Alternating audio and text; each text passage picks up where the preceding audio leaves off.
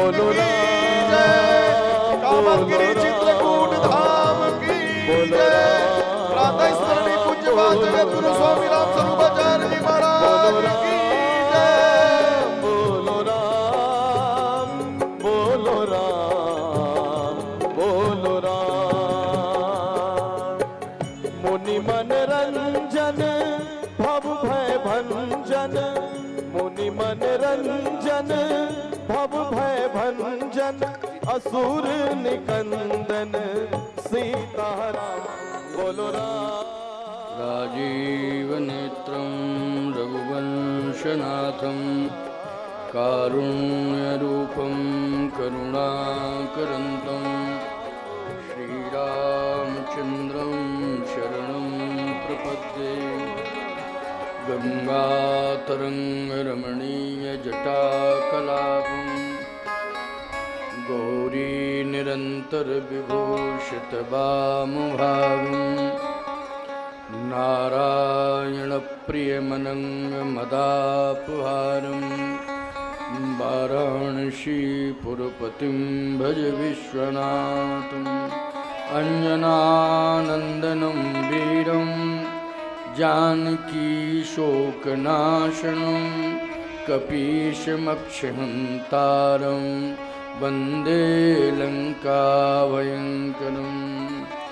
गिरारथजलबीचिशं कहियत भिन्न न भिन्न, बंदहु सीताराम पद जिनहि परम प्रिय खिन्न। हे हनुमंत बिराजियो, कथा होत तुझयास, सुचि सेवक तुम राम के, मैं चरणन को दास। तुलसीदास जी के पद कमल बारंबार मनाय, गुण गावों सिय राम के, हनुमत हो वो सहाय। आपन दारुण दीनता सबई कहूँ शिरनाय, देखे बिन रघुनाथ पद जिय की जरन न जाय। अपने अपने घरन की सब काहू को पीर, उन्हें पीर सब घरन की, धन्य धन्य रघुवीर। बोलिए सच्चिदानंद भगवान की जय। श्री हनुमान जी महाराज की जय। श्री चंडी माता की जय। श्री काली माता की जय। भारत माता की जय। गौ माता की जय। गायत्री माता की जय। गंगा माता की जय। श्री नर्मदा माता की जय। जन्मधात्री माता की जय। सद्गुरुदेव भगवान की जय। भक्त और भगवान की जय। जय जय सीताराम। हरे राम राम राम सीताराम राम राम। हरे राम राम राम सीताराम राम राम। हरे राम राम राम सीताराम राम राम। हरे राम राम राम सीताराम राम राम। हरे राम राम राम सीताराम राम राम। हरे राम राम राम सीताराम राम राम। हरे राम राम राम सीताराम राम राम। हरे राम राम। गाइए सब प्रेम से। सीताराम राम राम। हरे राम राम राम सीताराम राम राम। हरे राम राम।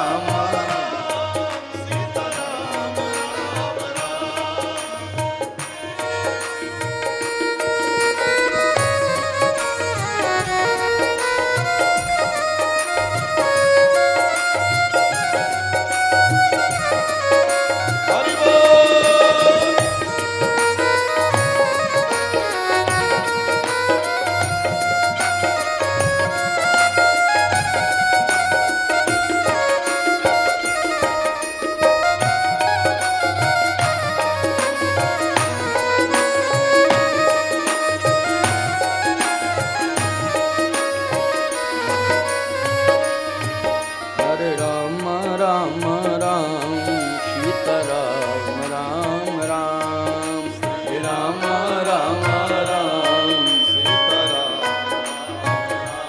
ओम हरे राम राम राम सीताराम राम राम हरे राम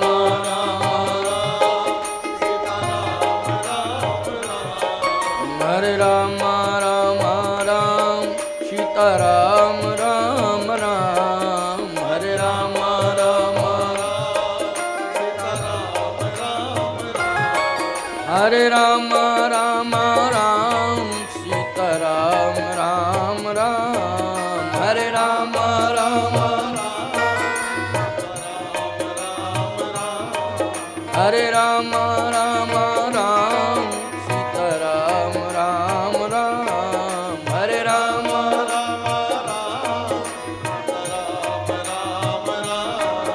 हरे राम राम राम सीताराम राम राम राम राम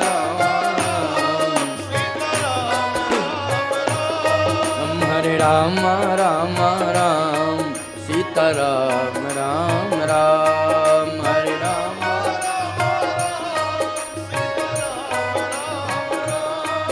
हरे राम राम राम सीताराम राम राम हरे राम राम राम सीताराम राम हरे राम राम राम सीताराम राम राम हरे राम राम राम सीताराम राम हरे राम राम राम सीताराम राम राम हरे राम राम राम सीताराम राम राम सीताराम राम राम सीताराम राम राम सीताराम राम श्री सीताराम नाम भगवान भक्तवत्सल भगवान की संत वैष्णव भगवान की आज के आनंद की श्री गौरी शंकर भगवान की जय जय सीताराम। आज पंचदिशीय पुरुषोत्तम मास के अंतर्गत होने वाले इस महामहोत्सव में श्री रुद्राभिषेक एवं श्री राम कथा का विश्राम दिवस है। रात्रि की सभा में भाव भरे भजनों का विशेष प्रसारण होगा। जो भगवा ध्वज की विशेष गायिका हैं जिन्होंने अंतर्राष्ट्रीय स्तर पर जय श्री राम एवं भगवा ध्वज से संबंधित बहुत सारे भजनों को गाया है और पूरी दुनिया को प्रभावित किया है। शहनाज अख्तर जी वो भी आ रही हैं। नूतन मंडी नवीन गल्ला मंडी में उनका कार्यक्रम शाम 7 बजे से प्रारंभ होगा। यह कार्यक्रम 5, सवा 5, साढ़े 5 बजे तक चलेगा। इसके बाद आरती होगी। तत्पश्चात मुझे जाना पड़ेगा, प्रस्थान करना पड़ेगा चूँकि दिल्ली पहुंचना है और प्लेन का समय, फ्लाइट का समय सुनिश्चित है। अगर हम 1 घंटे पहले नहीं पहुंचेंगे तो यात्रा प्रभावित हो सकती है, इसलिए मुझे समय से ही पहुंचना पड़ेगा हवाई अड्डे पर। तो आज का कार्यक्रम बिल्कुल समय से ही चलेगा, लेकिन फिर भी आपके मध्य हम इस मंच पर 5:30 बजे तो आरती कराएंगे, सवा 5 बजे। इसके बाद थोड़ा रुकेंगे भी, 6 बजे यहाँ से प्रस्थान करेंगे। इसलिए कार्यक्रम आज विश्राम दिवस का भी है और आप सबकी उपस्थिति भी बहुत विशेष रूप से है। थोड़ा सा कुछ गर्मी और उमस का भी, क्योंकि जनता ज़्यादा है, इस कारण से थोड़ा उमस का अनुभव कर रहे होंगे। लेकिन मैं भगवान की कथा आप सबको श्रवण कराऊंगा तो ऐसी अमृत वर्षा होगी कि ये उमस का अनुभव आपको होगा ही नहीं। थोड़ा सा धैर्य धारण करिए और भावपूर्ण विधा से भगवान की कथा श्रवण करिए। आइए, आज राज्याभिषेक कराना ही है, लेकिन कथाएं तो बहुत रह गई हैं। भरत जी महाराज कल चित्रकूट धाम में भगवान के श्री चरणार विंदों में अपनी शरणागति, ऐसी शरणागति कि वो उठना ही नहीं चाहते थे, लेकिन भगवान ने बरवस लिए उठाए और लाए कृपा निधान। भरत राम की मिलन लख विशरऊ सबई अपान। भगवान ने बरवस उठाया, जबरदस्ती उठाया, हृदय से लगाया। भगवान ने कहा भरत मैं समझ रहा हूँ, चलिए थोड़ा सा सभी कांडों को स्पर्श करते हुए राज्याभिषेक कराने का आज मन बनाया है और मैं बड़े सुंदरतम ढंग से निर्वाह करूँगा। भरत मैं समझ रहा हूँ कि तुम चित्रकूट क्यों आए हो। तुम मुझे मनाने के लिए आए हो और अयोध्या वापस ले जाने के लिए आए हो, क्योंकि भगवान तो सब कुछ जानते हैं ना, सबके मन की बात जानते हैं, कौन क्या कर रहा है, क्या सोच रहा है, भगवान सब जानते। भगवान ने कहा मैं समझ गया हूँ कि तुम मुझे मनाने भी आए हो और वापस अयोध्या ले जाने आए हो, लेकिन भरत धर्म और सत्य इन दो पर तुम्हें विचार करना पड़ेगा। ये बड़ी महत्वपूर्ण बात है। सत्य और धर्म, पिताश्री के प्राण गए सत्य के कारण गए। भरत जी ने कहा ये तो सत्य है। भगवान ने कहा कि मैं भी अयोध्या छोड़ के आज वन में आया हूँ, अरण्य अभ्यारण्य में विचरण कर रहा हूँ, चित्रकूट के इस अरण्य अभ्यारण्य में बैठा हूँ, ये भी सत्य और धर्म की रक्षा के लिए। मेरा वन में आना भी सत्य और धर्म की रक्षा करना है। पिताश्री के प्राण का त्याग हुआ, जो प्राण परित्याग हुआ, उसमें भी सत्य और धर्म ही माध्यम है। तो बोलो भरत, मैं सत्य और धर्म को महत्व दूं या तुम्हारी बात को महत्व दूं और तुम्हारे कहने पर अयोध्या वापस चलूं, तुम ही बता दो मुझे। भरत जी ने हाथ जोड़ करके प्रार्थना की, प्रभु मैं तो आपका सेवक हूं। सेवक स्वामी को विवश नहीं कर सकता है। क्यों भाई, सेवक क्या स्वामी को विवश कर सकता? नहीं, स्वामी सेवक को आज्ञा दे, जो भी आज्ञा दे, जैसी भी आज्ञा दे, सेवक का धर्म कहता है उसे पालन करना चाहिए। मैं सेवक हूं, आप मेरे स्वामी हैं। और भरत जी ने एक बात कही, सेवक स्वामी को संकोच में नहीं डालना चाहता है। क्यों? यदि वो सेवक संकोच में डालता है स्वामी को, तो निश्चित रूप से उसकी जो बुद्धि है ना, वो बहुत हल्की है। इतनी हल्की बुद्धि वाला है वो कि लोग आश्चर्य करेंगे उसकी बुद्धि पर कि इसकी बुद्धि है कैसी, कैसी इसकी बुद्धि है। लोग न जाने क्या क्या नहीं कहेंगे। इसलिए हे स्वामी, मैं आपको संकोच में नहीं डालना चाहता हूँ। और गोस्वामी जी ने लिखा, भरत जी बोले, जो सेवक साही वही संकोची,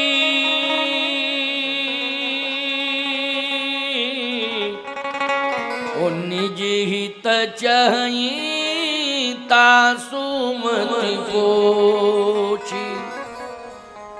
उसकी मति पोची है। पोची मति कैसी होती है? जैसे आपने देखा होगा, किसान खेत में जाता है।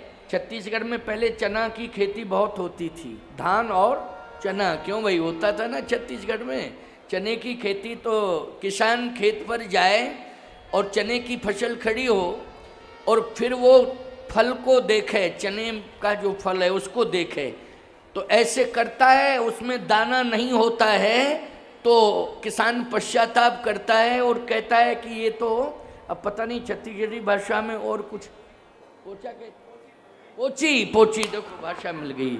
बहुत बढ़िया बात है, हम इसलिए संकोच कर रहे थे, लेकिन बहुत अच्छी बात है। आप प्रॉम्प्ट दे दिया करो मुझे, मैं कम से कम समझ में तो आता है, धीरे धीरे समझ में आने लगा। तासुमति पोची, ये पोची है, इसमें कुछ है ही नहीं।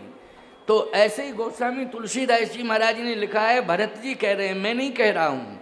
जो सेवक साहि वही सकोची, निज हित चहिता सुमति पोची। तासुमति पोची, मैं आपको संकोच में नहीं डालना चाहता हूं। भगवान ने कहा तो मेरी आज्ञा है। भरत जी ने कहा शिरोधार्य करूंगा। भगवान ने चरण पादुकाओं को भरत के हाथ में दे दिया, लो ले जाओ। ये चरण पादुकाएं कहाँ से आई थी? कोई आपसे प्रश्न करें कि भगवान राम अयोध्या से चरण पादुका पहन के नहीं आए थे, फिर ये चित्रकूट में कहाँ से आ गई? क्या महात्माओं ने बना के दे दी या कौन था? स्वर्ग से आई थी चरण पादुकाएं? नहीं नहीं नहीं। भगवान राम जिन चरण पादुकाओं को छोड़ के आए थे अयोध्या में, भरत जी महाराज उन पादुकाओं को स्वयं अपने हाथ में लेकर के आए हैं चित्रकूट कि मैं प्रभु के चरणों में इन पादुकाओं को रखूंगा, प्रार्थना करूंगा कि आप बिना पवित्राण के, बिना पादुकाओं के चलेंगे नहीं। इसलिए भगवान की पादुकाएं जो छूट गई थीं अयोध्या में, भगवान छोड़ करके आए थे, वही पादुकाएं श्री भरत जी महाराज चित्रकूट लाए, वही पादुकाएं। लेकिन भगवान ने फिर वही पादुकाएं दे दी, कहा वापस ले जाओ, मेरी आज्ञा शिरोधार्य करो भरत। मैं तुम्हें आदेश दे रहा हूं कि वापस चित्रकूट से अयोध्या जाओ और ये चरण पादुका लेकर के जाओ। भरत जी ने कहा आपकी आज्ञा शिरोधार्य है। भगवान ने जैसे चरण पादुकाएं दी तो भरत जी ने सिर पर रख ली। वह चित्रकूट का दृश्य है ये। गोस्वामी जी कहते प्रभु करी कृपा पावरी दीनी, प्रभु करी कृपा पावरी दीनी, प्रभु करी कृपा पावरी दीनी, प्रभु करी कृपा पावरी दीनी। सादर भरत शीस धर लीनी, सादर भरत शीस धर भरत मुदित अवलंब लहेते, भरत मुदित अवलंब लहेते। अस सुख जस सिय राम रहेते, अस सुख जस सिय राम भरत मुदित अवलंब लहेते। अस सुख जस सिय राम रहे थे, जैसे सीताराम जी दोनों की प्राप्ति हो गई हो। भरत जी वापस जाने लगे तो एक महत्वपूर्ण बात कही भरत जी ने, हे प्रभु पूरी सृष्टि में सूर्य एक है कि अनेक हैं? भगवान ने कहा सूर्य तो एक ही है, अनेक कहाँ है? किसने कहा? नहीं, मैं तो प्रार्थना करके पूछ रहा हूँ सूर्य एक है कि अनेक हैं? भगवान ने कहा सूर्य तो एक ही है प्रभु, कमल अनेक हैं कि एक है? भगवान ने कहा कमल तो अनेक हैं, हर तालाब में कमल खिल जाते हैं और ज़्यादातर छत्तीसगढ़ में तो बहुत सरोवर थे, बहुत तालाब थे गांव-गांव में, और कमल भी पहले थे। अब कमल पता नहीं कहाँ चले गए। बहुत कम तालाबों में कमल हैं, लेकिन पहले तो हर तालाब में कमल होते थे। क्यों भाई? गांव-गांव में मैंने वो दृश्य अपनी आँख से देखा है। पूरे मध्य प्रदेश में छत्तीसगढ़ का ये भूभाग जो था, मध्य प्रदेश था ना पहले पुराना, वो छत्तीसगढ़ का जो भूभाग था, पूरे मध्य प्रदेश में छत्तीसगढ़ के भूभाग में सबसे ज़्यादा तालाब थे, सबसे ज़्यादा तालाब, सबसे ज़्यादा कमल थे। और इतने सुंदर कमल थे, जब प्रातःकालीन बेला में सरोवर के किनारे लोग स्नान करने के लिए जाते थे ना, तो कितना आनंद आता था। बोलो आता था कि नहीं? वो समय तो चला गया है प्यारे, लेकिन चलो भगवान की कृपा है आपके ऊपर कि वो सरोवर में खिले हुए कमलों का आनंद उतना ज़्यादा आप नहीं ले पा रहे हो, लेकिन श्री राम कथा में जो श्री राम के अंगों से कमल खिल रहे हैं, उनका तो आनंद आप इस कथा सत्संग पंडाल में बैठ करके ले ही रहे हो। नव कंज लोचन कंज मुख कर कंज पद कंजारुणम। भगवान नख से सिख तक, सिख से नख तक कमल ही कमल हैं। तो भरत जी ने कहा कि हे प्रभु सूर्य, तुलसीदास जी महाराज ने भगवान के हर अंग को कमल की उपमा से उपमित किया, लेकिन भरत जी कहते हैं कि प्रभु आपकी विशेषता ये है कि आप सब कुछ हैं, आप सूर्य भी हैं, आप कमल भी हैं। क्यों भाई? न जाने कितने स्वरूपों में भगवान अपनी लीलाएं करते रहते हैं। भगवान तो भगवान ही हैं, सामर्थ्यवान हैं। अघटित घटना पटी ऐसी जो संभव को असंभव, असंभव को संभव करके दिखाए, वही है परमात्मा, वही है ईश्वरत्व, वही है भगवदीय सार सर्वस्व। इसलिए भरत जी कहते हैं आप सूर्य हैं, एक है सूर्य, और भरत कमल है, कमल अनेक हैं। हे प्रभु, अगर समय से सूर्य नहीं खिलेगा अयोध्या में तो ये भरत रूपी कमल मुरझा जाएगा और अस्तित्व खो देगा। बस इतनी प्रार्थना है कि आप समय से अयोध्या आ जाइएगा। बस आप 14 साल की बात कर रहे हैं, आप समय से अयोध्या आ जाइएगा। बस मेरी यही प्रार्थना है। भगवान ने कहा कि भरत मैं समय से आऊँगा आऊँगा आऊँगा, लेकिन मेरा आशीर्वाद है तुम अयोध्या वापस जाओ और ये चरण पादुकाएं ले जाओ, ये तुम्हारे जीवन के लिए आधार होंगी। भगवान श्री राम ने जैसे इस बात को कहा तो भरत जी प्रणाम किए, पादुकाओं को सिर पर रखे, वापस अयोध्या गए। चित्रकूट धाम में भगवान श्री राम ने एक लीला की, क्योंकि समय से आना है। अब चित्रकूट भगवान हमेशा रहेंगे तब तो फिर तो लगता है कि भरत जी के प्राण संकट में आ जाएंगे। राक्षसों को भी मारना है, वो लीला राक्षस वध वाली रणलीला भी पूरी करनी है। तो वन लीला के बाद जो है रणलीला ही की है भगवान ने। क्यों भाई? वन लीला के बाद क्या की? 5 लीलाएं हैं, 5 लीलाएं हैं, उनमें भगवान ने क्रमशः एक एक लीला को किया है। सबसे पहले तो जन्म लीला है भगवान की, बोलो है ना जन्म लीला। जन्म लीला के बाद विवाह लीला है भगवान की, विवाह लीला भगवान ने मिथिला में की। इसके बाद भगवान की वन लीला है, वो वन लीला जिसका दर्शन और कथा में श्रवण भी कर रहे हैं, वो अनुभव दर्शन का भी हो जाता है बीच बीच में। क्यों भाई? कथा में ही स्वरूपों का अनुभव हो ही जाता है। तो वन लीला, वन लीला के बाद है रण लीला, और रण लीला के बाद है तब राज्याभिषेक लीला, राज्य लीला भगवान की। इस तरह से 5 लीलाएं ये क्रमशः हैं। तो भगवान यहाँ वन लीला कर रहे हैं चित्रकूट में, बोलो कर रहे हैं ना। सीता लखन समेत प्रभु सोहत परण निकेत, और जन बासव बस अमरपुर सची जयंत समेत। इसका अर्थ है कि पूरा स्वर्ग उतर के आ गया है चित्रकूट में। इंद्र भी आ गया, सची आ गई, देवता आ गए और जयंत भी आ गया। बोलो आ गया कि नहीं आ गया चित्रकूट में? नहीं तो घटना कैसे घटती अगर जयंत आया नहीं होता। देखो इस दोहे में महत्वपूर्ण बात है। सीता लखन समेत प्रभु सोहत परण निकेत, जन बासौ बस अमरपुर, अमरपुर कहते हैं स्वर्ग को, जन बासौ बस अमरपुर सची जयंत समेत। 2 प्रकार का अर्थ है, उभय पक्षी अर्थ है।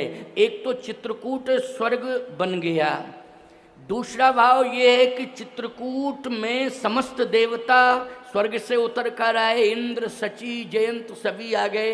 तो बोलो भाई जब स्वर्ग से इंद्र ही आ गया तो स्वर्ग खाली हो गया, देवता आ गए स्वर्ग खाली हो गया, तो चित्रकूट ही स्वर्ग बन गया। भगवान के आने से चित्रकूट बैकुंठ बन गया, भगवान के आने से चित्रकूट अयोध्या बन गया, और इंद्र और देवताओं के आने से चित्रकूट स्वर्ग बन गया है प्यारे। इसलिए चित्रकूट की बड़ी महिमा। लेकिन भगवान ने कहा भरत को वचन दिया है, इसलिए समय से तो मुझे आना ही पड़ेगा। तो जयंत को ऐसी प्रेरणा दी भगवान ने कि कम से कम चित्रकूट से खिसकने का मौका तो मिल जाए। ऐसी प्रेरणा जयंत को दी कि चित्रकूट से जाने का एक बहाना मिल जाए। तो जयंत ने आकर सीता जी के चरण में चोंच मार दी।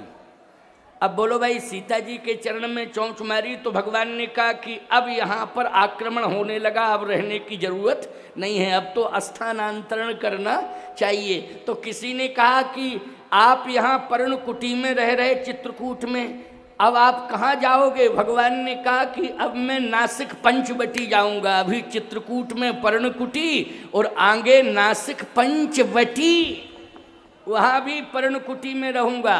तो रावण बोला कि जयंत ने चोंच मारी, कहाँ? चित्रकूट में।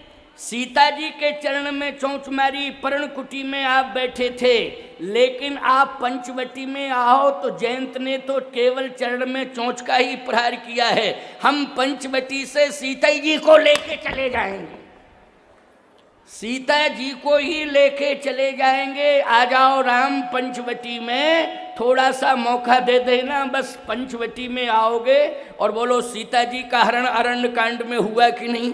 अयोध्या कांड से संबंधित चर्चा हुई, अरण्य कांड में सीता जी का हरण हुआ।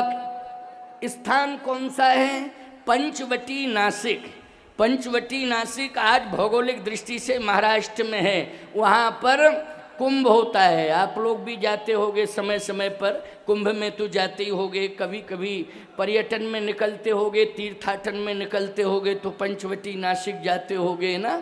भगवान राम ने पंचवटी नासिक में पर्णकुटी बनाई और पंचवटी नासिक में पर्णकुटी में अरण्य कांड है। ये आप सुन लीजिए मेरी बात को। अरण्य कांड में पंचवटी नासिक में पर्णकुटी में भगवान बैठे हैं सीता के सहित। आप विचार करना, रावण की बहन शूर्पणखा, ये रावण की बहन शूर्पणखा, जिसका नाम शूर्पणखा, ये रावण की बहन है।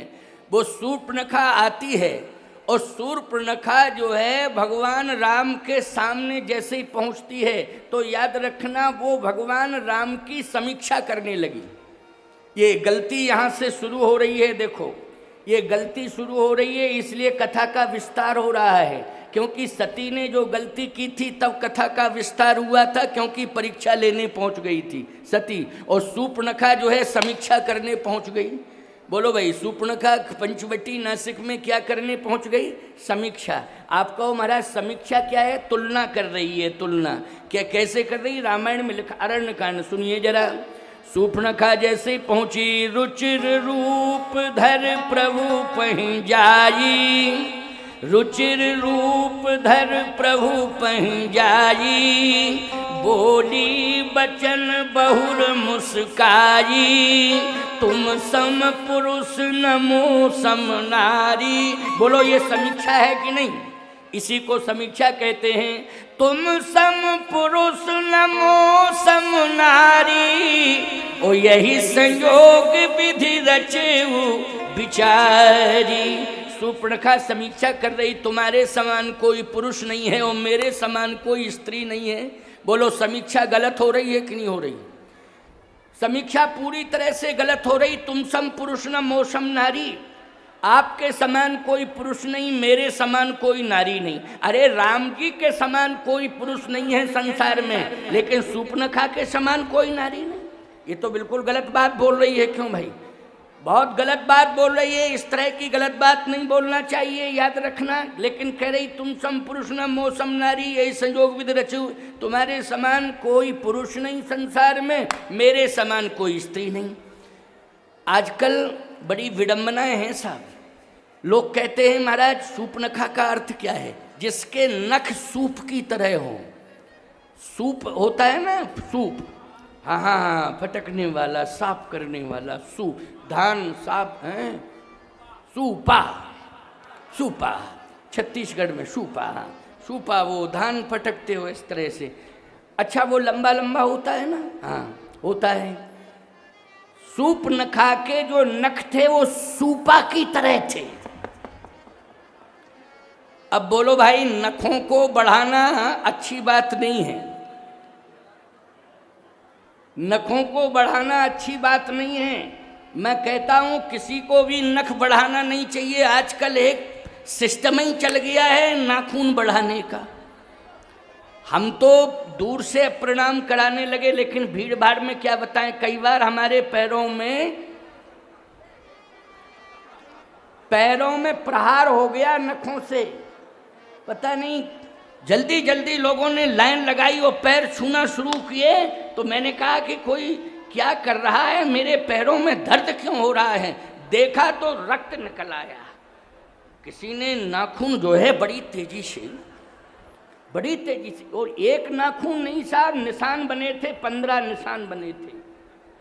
क्यों भाई, जहाँ 5000 पैर छूने वाले हों तो 15 निशान तो कम ही हैं, तो कम ही हैं। मैंने कहा कि भगवान की कृपा, अब क्या बतावें, ये मैं घायल नहीं हुआ यही बड़ी बात है, नहीं तो मैं घायल हो जाता। अरे भाई, नाखून रखाने की परंपरा अच्छी नहीं है, इसमें संशोधन करो। ये आप रोगों को निमंत्रण दे रहे हैं। कोई भी हो, हम व्यक्तिगत रूप से किसी के जीवन की ओर नहीं कहेंगे, ना किसी का नाम लेकर के, ना कोई बात कहेंगे पक्ष लेकर के। सामूहिक रूप से मैं कह रहा हूं कि आप रोगों को निमंत्रण दे रहे हैं। नाखून मुंह में गंदगी आ जाती है और इसी गंदगी से हमारे शरीर में रोग आते हैं। इसलिए हमें निश्चित रूप से नाखून अपनी मर्यादा में रखना चाहिए, इतना ध्यान रखा जाए। क्योंकि अब हम स्पष्ट कोई बात कह देंगे तो कहेंगे कैसे जगत गुरु बुलाए थे, क्या बोल के चले गए। इसलिए हमको थोड़ा सा ध्यान रखना पड़ता है।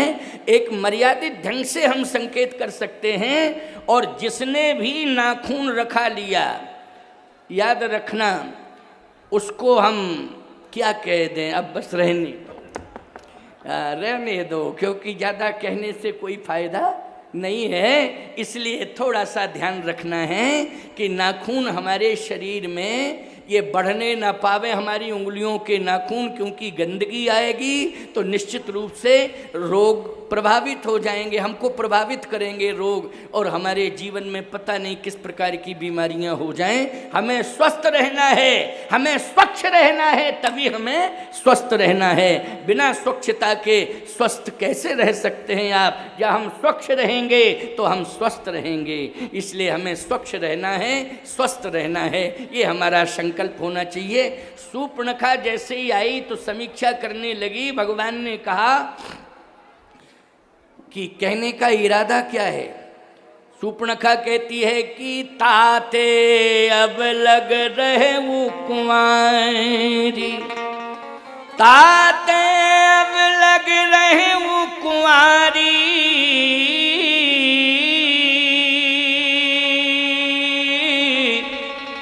मन माना कछु तुम ही निहारी। अभी तक मैं कुमारी रही, आपके कारण ही रही, और आ गए हो। तुम्हारे समान पुरुष नहीं, मेरे समान कोई नारी नहीं है, और अभी तक मैं कुमारी रही। अच्छा बोलो, शूर्पणखा कुंवारी थी? कोई बता दे, किसी से भी पूछ लेना। शूर्पणखा कुंवारी नहीं थी। शूर्पणखा का तो विवाह हुआ था, लेकिन विधवा हो गई थी, लेकिन कह रही है कुंवारी। अच्छा, एक और संदेह की बात सुन लो जरा। हमारे यहाँ नारी सम्मान में जो सबसे पहला सम्मान नारी को मिलता है, वो सम्मान कुमारी का सम्मान मिलता है। जब बोलो मिलता है कि नहीं? कुमारी है तो सम्मान है, परिणय बंधन में बन गई तो वही कुमारी नारी बन गई, तब भी सम्मान है। और जब उसके द्वारा वंश वृद्धि हो गई तो वही महतारी बन गई और सम्मान बढ़ गया। बोलो, सम्मान बढ़ता रहता है कि नहीं बढ़ता रहता है? कुमारी है तो सम्मान, परिणय बंधन में बधी नारी तो सम्मान, और वंश वृद्धि हो गई, संतान को जन्म दे दिया वंश चलाने के लिए, तो वो महतारी बन गई। बोलो, सम्मान ही सम्मान आया कि नहीं आया? लेकिन शूर्पणखा की भाषा समझना जरा, मैं नहीं बोल रहा हूँ, रामायण का प्रमाण है। शूर्पणखा, पता नहीं विदेशी कल्चर कुछ गड़बड़ होता है क्या? ये तो हम सनातन का कल्चर मैंने बताया, सम्मान से ही, सम्मान से सम्मान, सम्मान सम्मान सम्मान। सनातन संस्कृति में नारी का सम्मान सम्मान सम्मान। तो सम्मान तो चाहती है, लेकिन भाषा उसकी बताती है कि ये सम्मान पाने के लायक नहीं है। विदेशी नारी की बात कर रहा हूँ मैं, अन्यथा मत लेना मेरी बात को, और मैं बहुत खुल के बोल रहा हूँ। ये लंका से आई है। बोलो, लंका से आई है, समुद्र के उस पार लंका बसी। बोलो, विदेश से आई कि नहीं आई? लेकिन क्या कह रही है? तुम सम पुरुष नमो सम नारी, यही संयोग विधि रचऊ विचारी, और ताते अब लग रहे वो कुंवारी, और मन माना कछु तुम ही निहारी। तो बोलो, ये नारी से कुमारी बन रही। हमारे यहाँ विवाह जो है कुमारी का ही होता है कि नहीं होता है? बोलो। लेकिन थी ये नारी, और कह भी रही है तुम सम पुरुष नमो सम नारी, कह भी रही है नारी। और याद रखना, नारी कौन है? जो परिणय बंधन में बंध गई वो नारी है। और जिसका परिणय नहीं हुआ है उसको क्या कहते हैं हम सनातन में? कुमारी। बोलो कहते कि नहीं? अगर गलत बोल रहे हो तो जरा इशारा कर देना, हमें कोई दिक्कत नहीं। कुमारी कहते हैं कि नहीं? जब तक विवाह नहीं होता तब तक कुमारी, और विवाह हो गया तो नारी, और वंश वृद्धि हो गई तो महतारी। लेकिन शूर्पणखा क्या कह रही है? तुम सम पुरुष नमो सम नारी, लेकिन यही संजोग विधि रचऊ बिचारी। और ताते अब लग रहे कुंवारी, और मन माना कछु तुम ही निहारी। अभी तक मैं इधर उधर तलाशती रही, तुम्ही को तो तलाश रही थी, लेकिन आज मिल गए हो। तुम्ही को तलाश रही थी, इसलिए तुम्हारे समान कोई पुरुष नहीं है, मेरे समान नारी नहीं है, और मैं विवाह करना चाहती हूँ।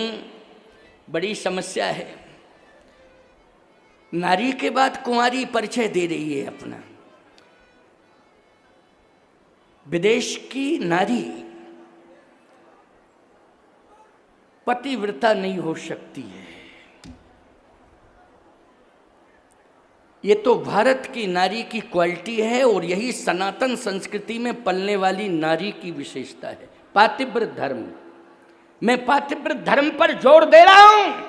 भले ही अन्य धर्म के लोग मेरी वाणी पर कोई भी किसी भी प्रकार की टिप्पणी करें, मैं टिप्पणी करने के लिए तैयार हूं, लेकिन मैं चैलेंज के साथ कहूंगा कि सनातन धर्म की परंपरा में पलने वाली नारी ही पातिव्रत धर्म का पालन करती है। प्यारे, अन्य धर्मों में वो क्वालिटी नहीं पाई जाती है।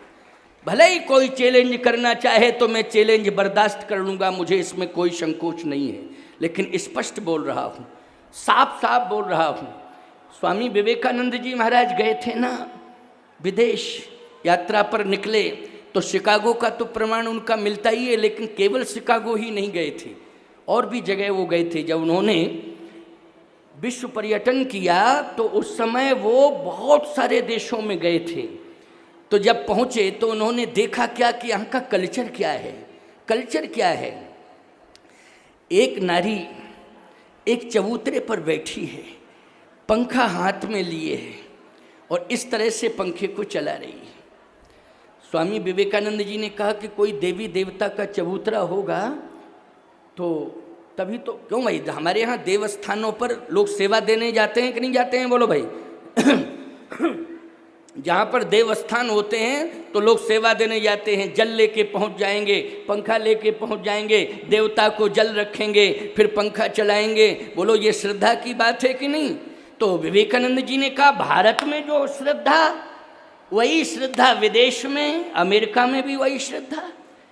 इसका मतलब यह है कि किसी भी मायने में भारत से कम नहीं है अमेरिका। यहाँ देव स्थान पर एक विदेशी नारी बैठी है और पंखा चला रही है, इसका मतलब है किसी देवता की सेवा में लगी है। वो जैसे पहुँचे तो उन्होंने श्रद्धा से प्रणाम किया। प्रणाम जैसे ही किया श्रद्धा से, और कहा देवी ये किस देवता का चबूतरा है, ये किस देवता का स्थान है, मैं नाम जानना चाहता हूँ। तो वो नारी बोली ये किसी देवता का नहीं है, ये मेरे हस्बैंड का है। हस्बैंड, पति, हस्बैंड। हम लोग तो परंपरा में सनातन की में कहने का संबोधन में पति देवता स्तुति है। मैं सीता जी ने क्या पति देवता शब्द का संबोधन किया, और हमारे यहाँ पति देवता ही कहा जाता है। और मैं तो कहता हूँ कि पति देवता ही नहीं है, पति तो भगवान भी है। पतिव्रता नारी की दृष्टि में बोलो भगवान कौन है? पतिव्रता नारी की दृष्टि में उसका पति भगवान है। क्योंकि अनसुईया जी ने इस बात को कहा था चित्रकूट में। अभी अभी मैं चित्रकूट से निकल के पंचवटी नासिक में पहुंचा, लेकिन संकेत दे रहा हूं अनसुईया जी ने जब भगवान अनसुईया जी के आश्रम में पहुंचे, श्री किशोरी जी के सहित, भाई लक्ष्मण के सहित, तो अत्रि जी के ने स्वागत किया। नमामि भक्त वत्सलम कृपालशील कोमलम, आरती उतारी थी अत्रि ने। लेकिन अनसुईया जी कुटी के अंदर बैठी हैं, कुटिया के अंदर ही बैठी रही अनसुईया जी। कर क्या रही थी? ध्यानस्थ अवस्था में थी, नेत्र बंद थे, ध्यान कर रही थीं। और जैसे ही अत्रि जी ने जोर जोर से स्तुति की भगवान की, नमामि भक्तवत्सलम कृपालुशील कोमलम, तो वो शब्द कान में पहुंच गए अनसुईया जी की कि मेरा पति जो है किसी की आरती उतार रहा है, किसी की स्तुति कर रहा है, लगता है कि कोई विशेष व्यक्तित्व आया है। लेकिन फिर भी उन्होंने कहा कि चलिए पति देवता अपना काम कर रहे हैं, होगा कोई स्तुति कर रहे हैं, ठीक है, लेकिन मैं अभी साधना में हूँ, मैं आज अपनी साधना को पूर्ण करूँगी, तब यहाँ से चलूँगी। इतने में आकाशवाणी हुई, बहुत बड़ी भूल कर रही हो क्या अनसुईया, तुम्हारे दरवाजे पर तुम क्या आंख बंद करके साधना करना चाहती हो, किसका ध्यान करना चाहती हो? छोड़ो इस साधना को, छोड़ो इस पूजन को, छोड़ो इस आराधना को, तुम्हारे दरवाजे पर भगवान खड़ा हुआ है, इसलिए तुम्हारा पति भगवान की पूजा कर रहा है, तुम पति के साथ पूजा में सम्मिलित हो। जानते हो क्या कहा था अनसुईया जी ने? अनसुईया जी ने कहा है, आकाशवाणी करने वाले मेरी भी बात ध्यान से सुन लो, तुमने जो कहा है कि तुम्हारे दरवाजे पर परमात्मा खड़ा है, तुम्हारा पति परमात्मा की पूजा कर रहा है, इसलिए तुम भी परमात्मा की पूजा करो। अनसुईया जी ने कहा, संसार में मेरे पति का कोई परमात्मा हो सकता है, लेकिन मेरा परमात्मा तो मेरा पति है, पति के अलावा और कोई नहीं। ये बात अनसुईया जी ने कही थी। वो ये शब्द जब सीता जी ने सुने तो दौड़ करके अनसुईया जी के चरण को पकड़ लिया कि मुझे बहुत बड़ा मार्गदर्शन मिला। अनसुईया के पद गए सीता, मिली बहोर सुशील विनीता, ऋषि पत्नी मन सुख अधिकाई, आशीष दे निकट बैठाई। लेकिन हम पतियों से भी कहना चाहते कि तुम विपत्ति बन करके घर में मत रहो, तुम पति बन करके रहो। जो परमात्मा का आचरण है कम से कम थोड़ा बहुत लेकर के तो रहो उसको।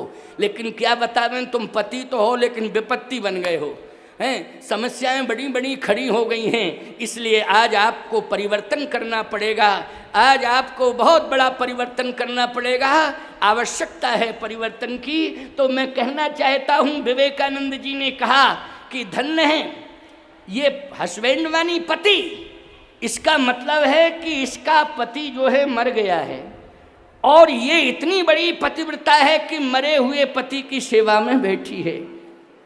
क्योंकि वहाँ जलाने की परंपरा नहीं है, वहाँ तो गाड़ने की परंपरा है ना।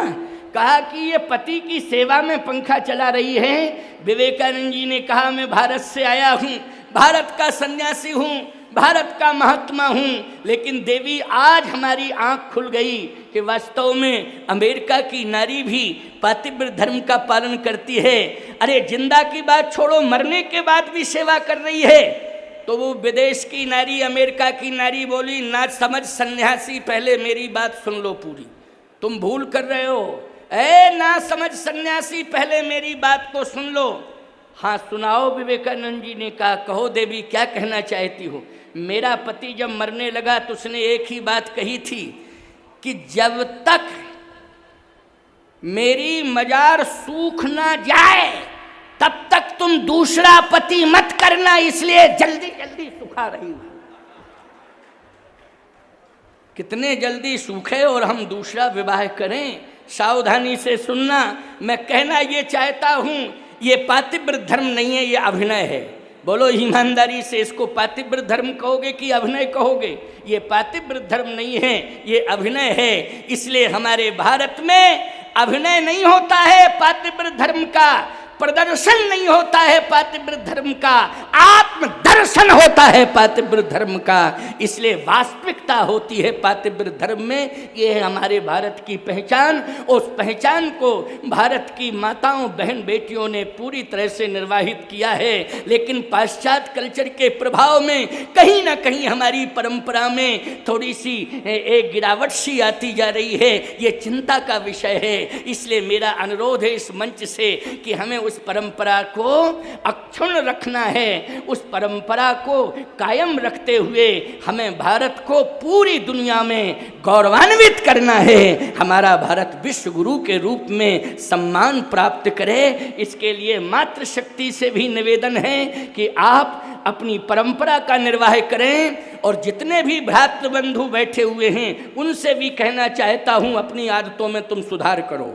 अपनी आदतों में तुम सुधार करो, अपने आप में तुम परिवर्तन करो। हम इस मंच से आज डिमडिम नाद करके इस बात को कहना चाहते हैं। तो आइए, शूर्पणखा ने जैसे ही भ्रमात्मक बात की, भगवान समझ गए, वो भगवान ने अरण्य कांड है, चलिए थोड़ी सी बात और आगे बढ़ाते हैं। समीक्षा कर रही थी, तुम सम पुरुष नमो सम नारी, तुम सम पुरुष नमो सम नारी, ओ यही संयोग विधि रचे विचारी, ताते अब लग रहे वो कुंवारी,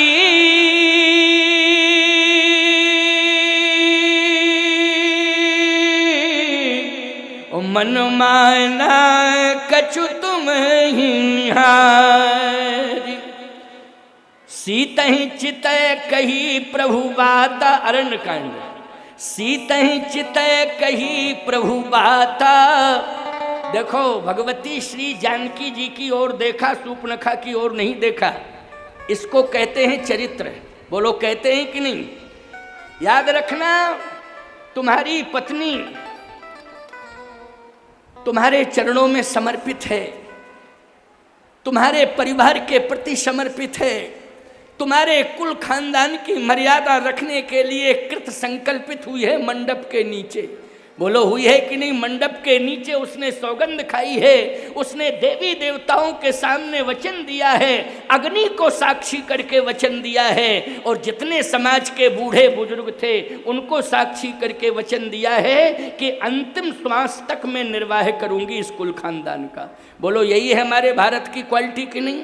यही हमारे भारत की क्वालिटी, यही सनातन धर्म की विशेषता है।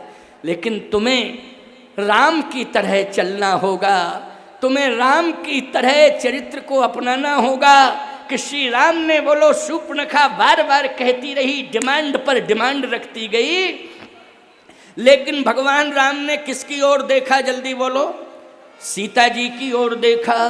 कैसी तही चितै, सीत ही चितै कही प्रभु बाता, आय कुमार मोर लघु भ्राता।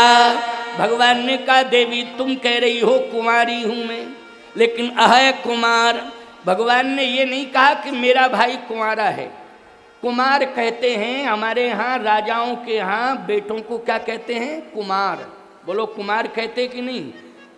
राजकुमार, राजकुमार, ये कुमार, ये राजा का राजकुमार है, इसमें कुमार संबोधन होता है कि नहीं होता ही?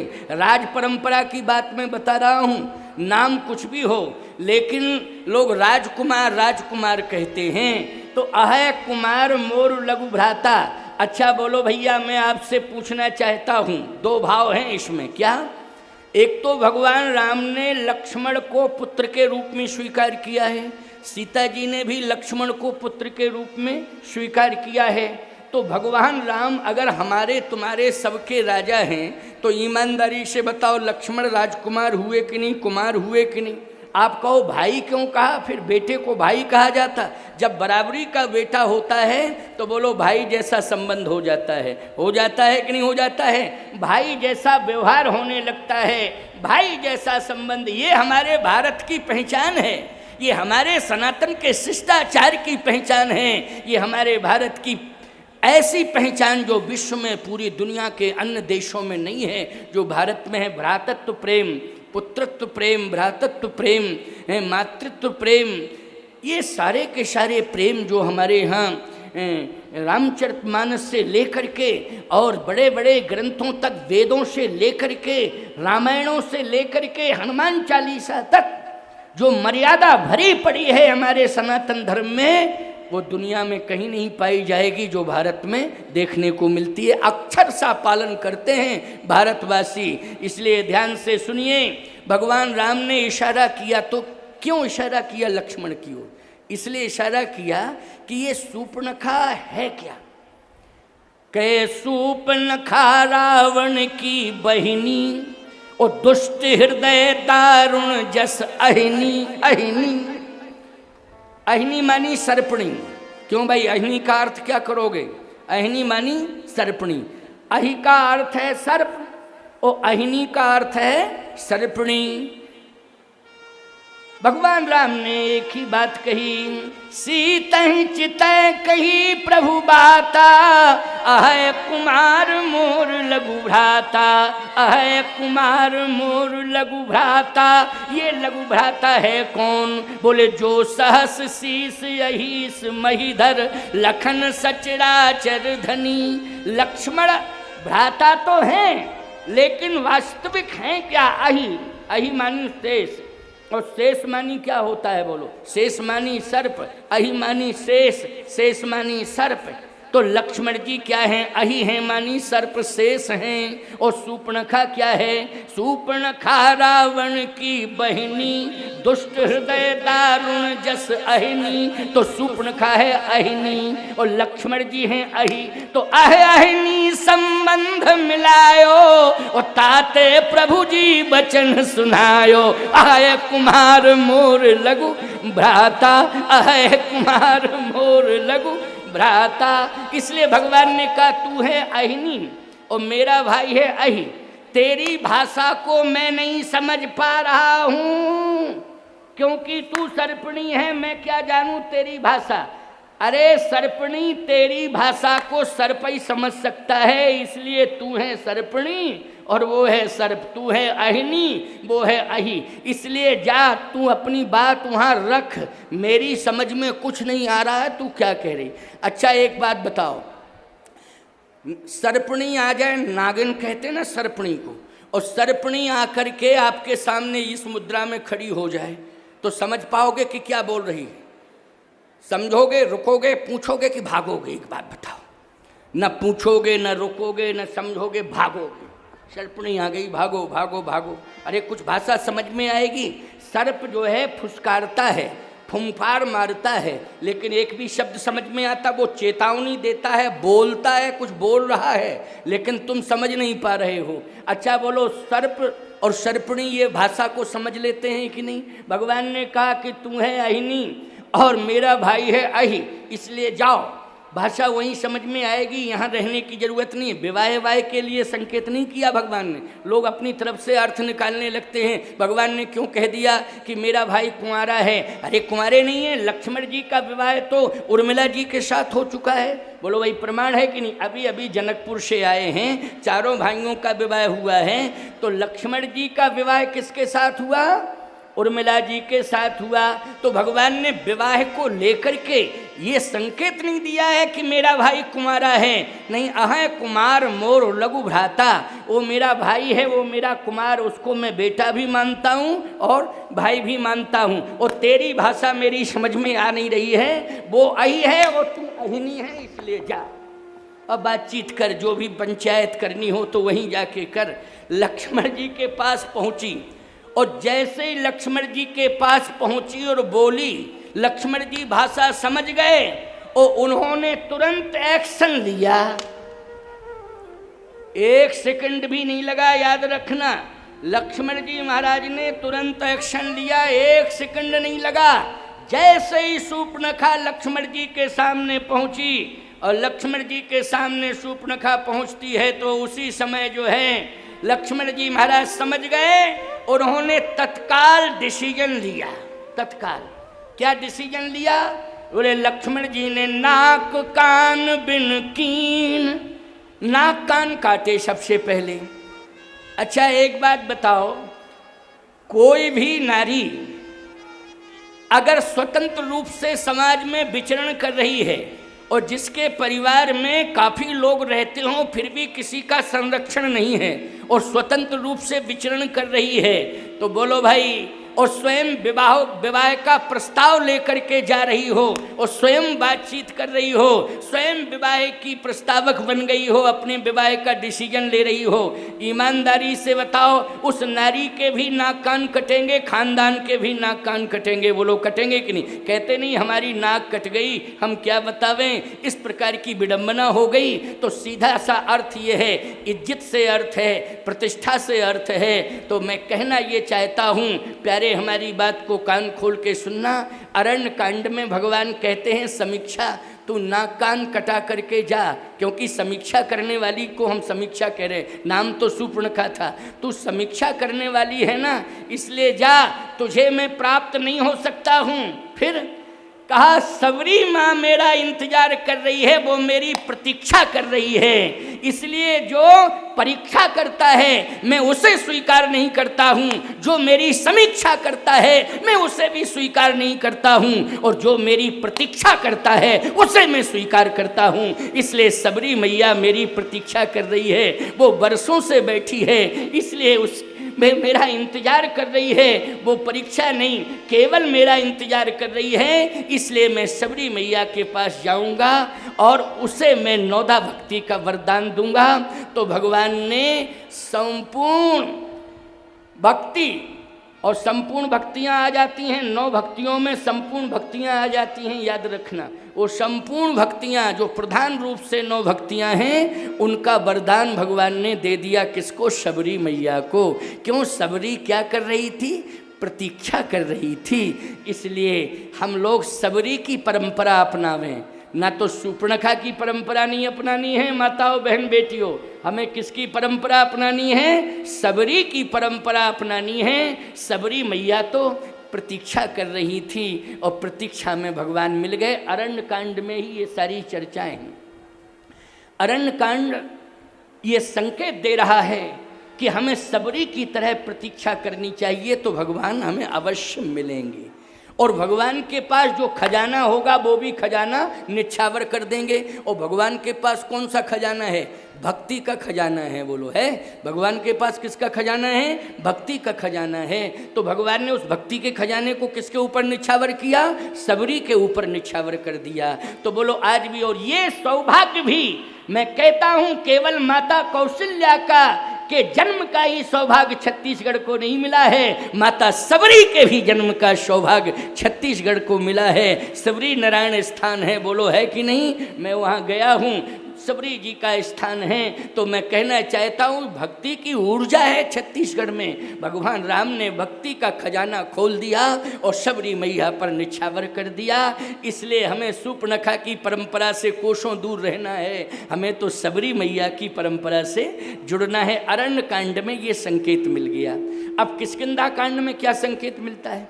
किष्किंधा कांड में संकेत मिलता है कि हम भगवान से ना मांगें बल्कि भगवान को मांगे।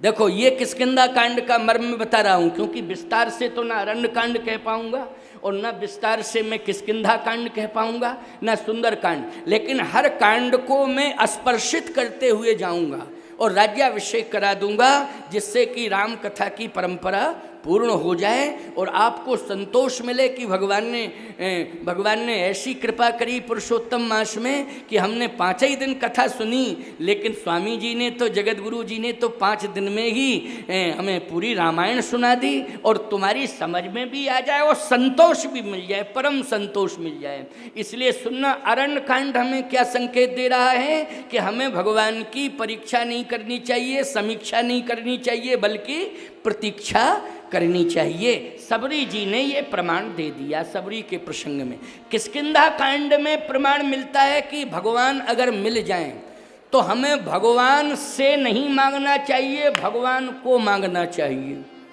अब 2 भाई हैं, यहाँ 2 भाई हैं। अच्छा, सबसे पहले मुलाकात तो हनुमान जी ने की थी भगवान से किष्किंधा कांड में। क्यों भाई?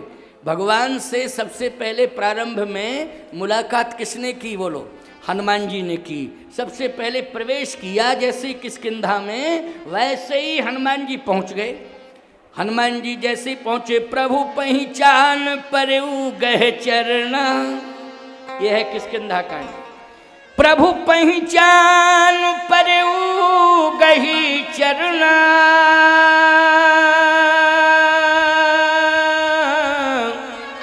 सो सुख उमा जाहि नहीं बरना।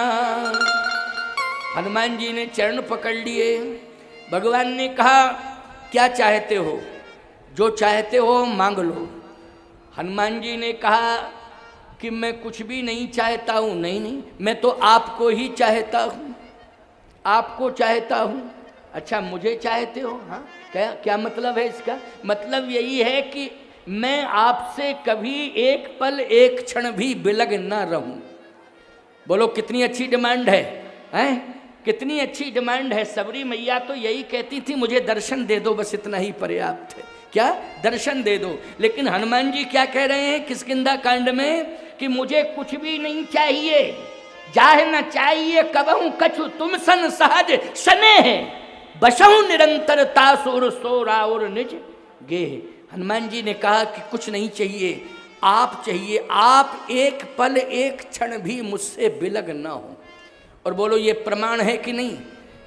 पूरे विश्व का प्रमाण, त्रिभुवन का प्रमाण है कि हनुमान जी जो है भगवान से एक पल एक क्षण भी बिलग नहीं रह सकते हैं। भले ही कहीं राम मंदिर ना बना हो, लेकिन हनुमान जी के हृदय में सदा राम मंदिर बना हुआ है कि नहीं बना है? बोलो भाई। भले ही हनुमान जी यहाँ भी देखो अकेले बैठे हैं कि नहीं बैठे हैं, यहाँ राम मंदिर तो इधर तो नहीं है, कहीं अगल बगल दूर होगा थोड़ा सा है, तो बढ़िया राम मंदिर बना है कुरुद में, बहुत अच्छा राम मंदिर है। मैं दर्शन करने गया था, लेकिन तो हनुमान जी के पास तो नहीं, सामने तो नहीं है, सामने बैठे हैं हनुमान जी महाराज। लेकिन ऐसा हमें मानना ही नहीं है कि राम मंदिर नहीं है। यहाँ हनुमान मंदिर तो बना है, हनुमान जी बैठे हैं, लेकिन हनुमान जी के हृदय में श्री राम जी बैठे हुए हैं सदा, इसलिए हनुमान के हृदय में राम मंदिर बना हुआ है। हनुमान जी का हृदय ही राम मंदिर है, जहाँ श्री राम सदा निवास करते हैं। तो हनुमान जी ने कहा एक पल एक क्षण भी मैं आपसे बिलग नहीं रहना चाहता हूँ। भगवान ने कहा अच्छा मुझे ही मांग लिया, हाँ बस देना है तो आप यही दीजिए। भगवान ने कहा कि तो हनुमान समस्या ये है क्या कि मैं तुम्हें ही स्वीकार कर रहा हूं और तुम्हारे हृदय में मैं सदा रहना चाहता हूं। तो जब भगवान हृदय में रहेंगे तो एक क्षण एक पल भी बिलग नहीं रह सकते हैं। बोलो भाई कहाँ रह सकते हैं? भगवान कहाँ बिलग रहेंगे? हनुमान जी ने कहा कि सरकार हम भी यही चाहते थे, आपने कह दिया, लेकिन मैं हृदय में रहूं कहाँ? तो हनुमान जी ने उसी समय हृदय को फाड़ दिया। बंदहु पवन कुमार खलवन पावक ज्ञानी घन, जासु हृदय आगार बसहि राम सर चाँपुधर। बसहि राम सर चाँपुधर। भगवान राम ने जैसे ही हृदय को देखा तो इतना पवित्र अंतःकरण था हनुमान जी का, क्योंकि मंदिर को पवित्रालय कहते हैं। मंदिर को क्या कहते हैं? बोलो पवित्रालय कहते हैं। तो हनुमान जी ने जब हृदय फाड़ा अपना तो पवित्रालय मतलब मंदिर था वो हनुमान का हृदय। भगवान राम सदा सदा के लिए उसी हृदय में बैठ गए। ये किष्किंधा कांड का सार है। भगवान मिल जाएं तो भगवान से मत मांगो, भगवान को ही मांग लो। इसको कहते हैं किष्किंधा कांड। अर्थ समझ में आया कि नहीं? वैसे तो पढ़ते चले जाते हो। आगे चले बहु रघुराया, ऋषमुख पर्वत नीराया, तहरे सचिव सह सुग्रीवा, आवत देख अतुल बल सेवा कैसे भी सुन हनुमाना, पुरुष जुगल बल रूप निधाना, धरबट रूप देखते जाई, कैस जाय जिए सैन बुझाई। तमाम चौपाइयाँ हैं, पढ़ते चले जाओ। लेकिन सत्यता तो यही है, सार यही है किष्किंधा कांड का कि भगवान मिल जाएं हमें। तो किष्किंधा कांड कहता है कि भगवान से नहीं मांगना है, भगवान को ही मांगना है। और भगवान को मांग लिया, भगवान हो गए, सदा सदा के लिए हो गए। ये किष्किंधा कांड का सार है। सुंदर कांड का क्या सार है? चलते जाइए, क्योंकि हमें थोड़ा हवाई सर्वे करना पड़ रहा है ना। हाँ, नहीं करेंगे तो समस्या खड़ी हो जाएगी। वैसे भी 4:30 बजने वाले हैं, पता नहीं चलता है तो मैं क्या करूं, पता नहीं चलता है तो मैं क्या करूं। मैं देख रहा हूं सबको, गर्मी भले ही सबको लग रही हो, लेकिन पसीना हमें आ रहा है। जबकि बड़ी अच्छी व्यवस्था की गई है। ये एसी रखा हुआ है मेरे सामने, ये सचल एसी इसको कहते हैं, चलता फिरता एसी। एक अचल एसी होता है, एक सचल। ये एसी है, लेकिन ईमानदारी के साथ बताओ जितना पसीना हमें आ रहा है, क्योंकि देख करके कह रहे हो महाराज एसी में बैठे। अरे मुझसे पूछो, एसी फैसी फैल हो गया, पूरा एसी वैसी फैल हो गया। मैंने तो स्नान कर लिया है। बोलो कर लिया कि नहीं स्नान? देख रहे हो मेरी मुखाकृति, देख रहे हो कि नहीं देख रहे हो? कंडीशन देख रहे हो कि नहीं देख रहे हो? हाँ देख रहे हो।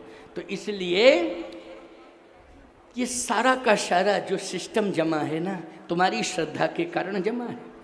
और तुम्हारी श्रद्धा आज देख ली गई है, पूरी तरह से देख ली गई कि ये पुरानी मंडी का स्थान छोटा पड़ गया है, याद रखना।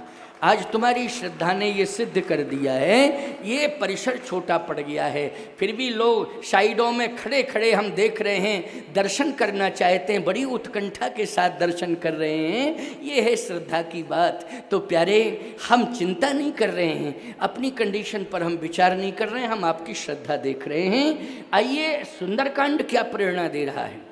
सुंदरकांड हमें ये प्रेरणा दे रहा है कि हम चाहे बुद्धिमान हों और चाहे बलवान हो और चाहे धनवान हो, चाहे बुद्धिमान हो, चाहे बलवान हो और चाहे धनवान हो, लेकिन हमें करना क्या पड़ेगा? अपने जीवन में सफलता को प्राप्त करने के लिए ना तो हमारा बल, हमारा कोई भी कार्य सफल कर सकता है, ना धन हमारा कोई कार्य सफल कर सकता है, ये सुंदरकांड कह रहा है। और न ही हमारा पद हमारा कार्य सफल कर सकता है। यदि हमारा कार्य सफल करेगा तो वृद्धों का आशीर्वाद करेगा। इसलिए सुंदरकांड कहता है हमें वृद्धों का आशीर्वाद लेते रहना चाहिए। आपको पुष्टि करके बताओ तो सुंदरकांड की पहली चौपाई से ही मैं पुष्टि कर रहा हूँ। शुरुआत कहाँ से है? जामवंत के, बोलो यहीं से शुरुआत है ना सुंदरकांड की। जामवंत के वचन सुहाए और सुने हनुमंत हृदय अति भाए। तो जामवंत कौन है?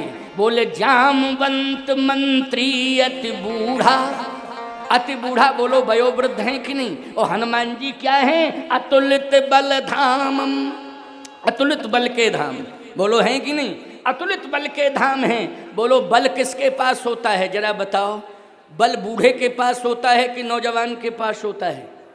नौजवान के पास बल होता है। और बूढ़े के पास क्या होता है? बल तो होता नहीं है, बुढ़ापा आ गया है, लेकिन उसके पास भी है कुछ। और कुछ क्या है? मैं कहता हूँ सब कुछ है उसके पास। क्या है?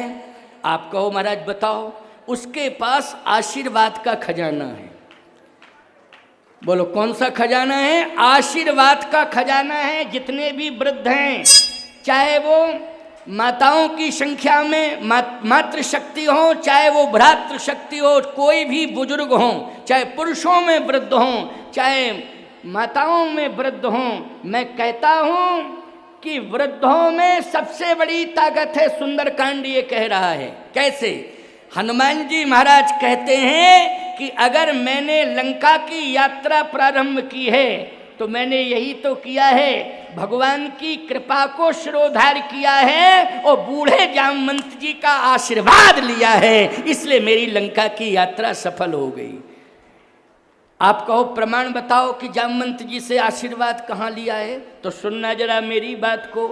बूढ़े की बात को मानना ही, ये समझ लेना कि ये समर्पण है नौजवान का। वो बूढ़े की बात आपने मान ली तो यही वृद्ध का सम्मान है और नौजवान का समर्पण है। और जब समर्पण हो जाता है नौजवान का बूढ़े के चरणों में तो निश्चित रूप से हाथ उठा के भले ही आशीर्वाद न दे, मन से आशीर्वाद पहुंच जाता है। बोलो पहुंच जाता है कि नहीं? मन से निश्चित रूप से आशीर्वाद पहुंच जाता है। यही हुआ है सुंदरकांड में। बोले जामवंत के वचन सुहाए। अब जामवंत जी वचन बोल रहे, वाणी से कुछ बोल रहे हैं। तो पदम 18 जूथब बंदर में तुलसीदास जी ने सुनने वालों में हनुमान जी का नाम केवल लिया है, जबकि अंगद भी नौजवान है। वहाँ अंगद बैठे, नल नील गय गवाक्ष जितने भी हैं, बोलो भाई ये सब नौजवान की भूमिका में हैं कि नहीं? हनुमान जी ही नहीं है, अंगद भी नौजवान की भूमिका में है, नल नील गय गवाक्ष ये सब नौजवान की भूमिका में हैं। लेकिन प्यारे सुन कौन रहे हैं? अंगद ने सुना? नहीं। नल नील ने सुना? नहीं। गए गवाक्ष ने सुना? बोले नहीं। फिर किसने सुना?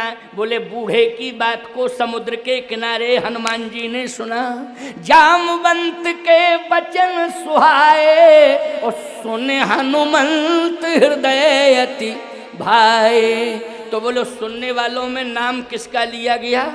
हनुमान जी का। अब तुलना करो अंगद से, तुलना करो नलनील से और तुलना करो गय गवाक्ष से।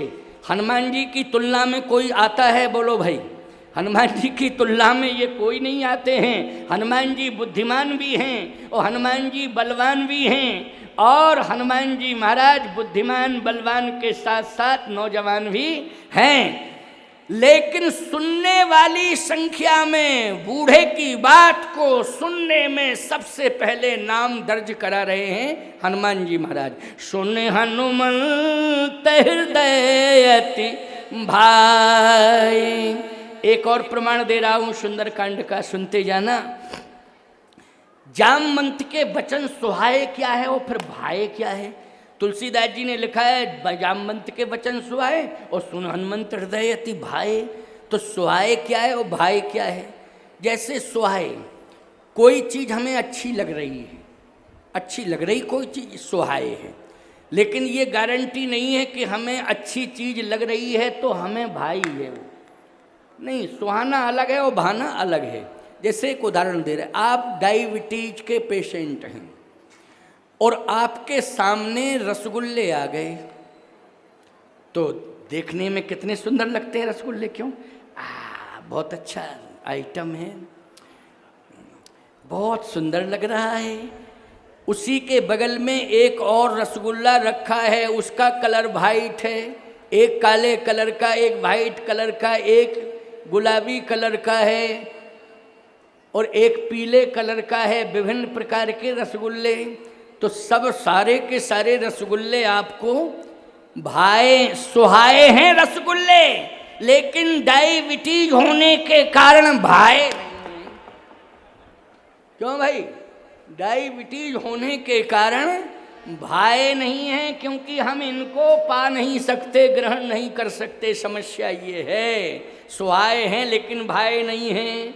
यहाँ पर जामवंत जी के वचन कुछ सुहाए कुछ भाए। अब सुहाए वचन कौन है, भाए वचन कौन है, जरा सुन लो। सुंदरकांड के पहले गीता प्रेस गोरखपुर से एक सुंदरकांड निकला हुआ है, एक अलग से प्रति निकली है गीता प्रेस गोरखपुर से। जैसे रामायण में जो सुंदरकांड है वो तो किष्किंधा कांड के बाद सुंदरकांड है, लेकिन गीता प्रेस गोरखपुर से जो एक स्पेशल सुंदरकांड की प्रति निकली है उसमें किष्किंधा कांड का अंतिम चरण जोड़ दिया गया है। कुछ दोहे चौपाइयाँ जोड़े हैं किष्किंधा कांड के। इसका मतलब है कि विद्वानों ने, संतों ने, मनीषियों ने सुंदरकांड से समाज को प्रेरणा मिले तो किष्किंधा कांड का अंतिम भाग के कुछ दोहे जोड़ दिए हैं, कुछ चौपाइयाँ जोड़ दी हैं। कौन सी चौपाइयाँ हैं जरा सुन लो। बोले कहे रीक्षपति सुन हनुमाना। बोलो ये किष्किंधा कांड की है, लेकिन प्रति जो अलग से सुंदरकांड की निकली उसमें पहले शुरुआत हुई यहीं से कि नहीं हो रही है? बोलो भाई। कहे रीक्षपति सुन हनुमाना और का चुप साध रहे बलवाना। ये जामवंत जी का वचन सुहाए है। सुहाए का मतलब है कि इसमें बनावटी भाषा नहीं है, सत्यता है। सत्यता क्या है?